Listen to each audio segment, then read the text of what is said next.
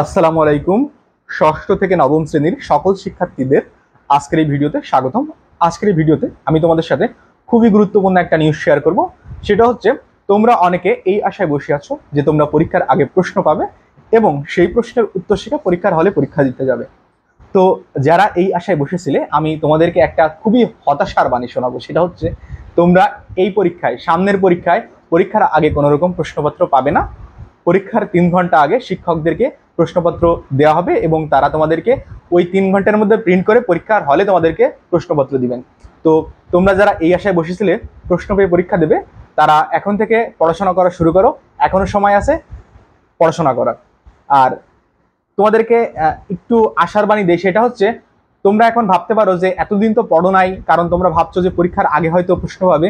তো এখনো তোমাদের পরীক্ষার আগে কিন্তু অনেক বন্ধু আছে। আর এই 3 তারিখে যে পরীক্ষা, তোমাদের কিন্তু কারোরই মানে কঠিন কোনো সাবজেক্টের পরীক্ষা না। কঠিন সাবজেক্ট বলতে আমি ইংরেজি, গণিত, বিজ্ঞান এই সকল সাবজেক্টকে বোঝাচ্ছি। তো যে সাবজেক্টের পরীক্ষা তোমাদের 3 তারিখে আছে, ওই সাবজেক্টের প্রিপারেশন একদিন পরে নেওয়া যায়। সেই হিসাবে তোমরা প্রিপারেশন নাও, পড়াশোনা করো, পরীক্ষা দাও, ভালো রেজাল্ট করো। তো সবাই ভালো থেকো। ধন্যবাদ সবাইকে।